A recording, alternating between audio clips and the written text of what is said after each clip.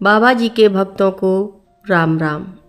1955 में महाराज जी दिल्ली स्थित बिड़ला मंदिर में ठहरे थे। फिरोजाबाद के एक शराफ व्यवसायी श्री राधेश्याम उनकी सेवा टहल में लगे हुए थे। वे दिन भर दरवाजे पर खड़े होकर दर्शनार्थियों को महाराज जी के पास भेजते रहते थे। एक दर्शनार्थी जिसका साधुओं और मंदिरों में विश्वास नहीं था, कुछ दूर पर अकेला बैठा था। जब रात हो चली तो राधेश्याम जी उसके पास गए और पूछा, किसकी प्रतीक्षा कर रहे हो भाई? बिड़ला जी ने उसे बाबा जी से मिलने के लिए कहा। मैं उनसे अकेले में मिलना चाहता हूँ, उस व्यक्ति का उत्तर था। राधेश्याम जी ने उसे दूसरे दिन सुबह आने के लिए कहा, लेकिन वह लौटने को तैयार नहीं हुआ।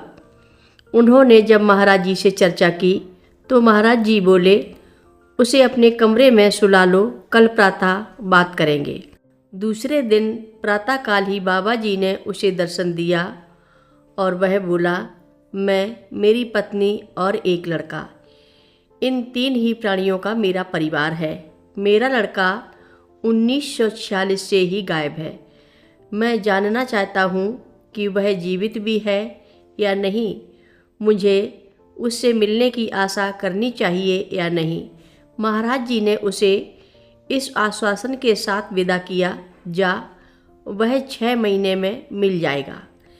इसके 4 माह बाद ही वह व्यक्ति श्री राधेश्याम जी के फिरोजाबाद स्थित आवास पर निराशजनक पत्र भेजने लगा। उन्होंने उसे सूचित किया कि इस समय बाबा जी पहाड़ गए हैं और उनके आने के बाद ही पत्रों का उत्तर दिया जा सकता है।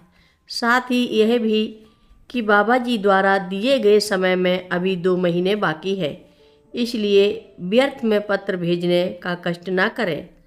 6 माह की अवधि बीतते ही उस व्यक्ति ने श्री राधेश्याम जी को सूचित किया कि उनका लड़का मिल गया है। वह चंडीगढ़ में एक अध्यापक के पद पर है। उसने बाबा जी का पता भी पूछा ताकि उनके पास जाकर आभार व्यक्त कर सके। हर रोज़ महाराज जी की कथाएं सुनने के लिए सभी भक्तों का धन्यवाद। सभी भक्त रक्षा सूत्र चैनल को सब्सक्राइब करें, शेयर करें, लाइक करें, घंटी बजाना ना भूलें।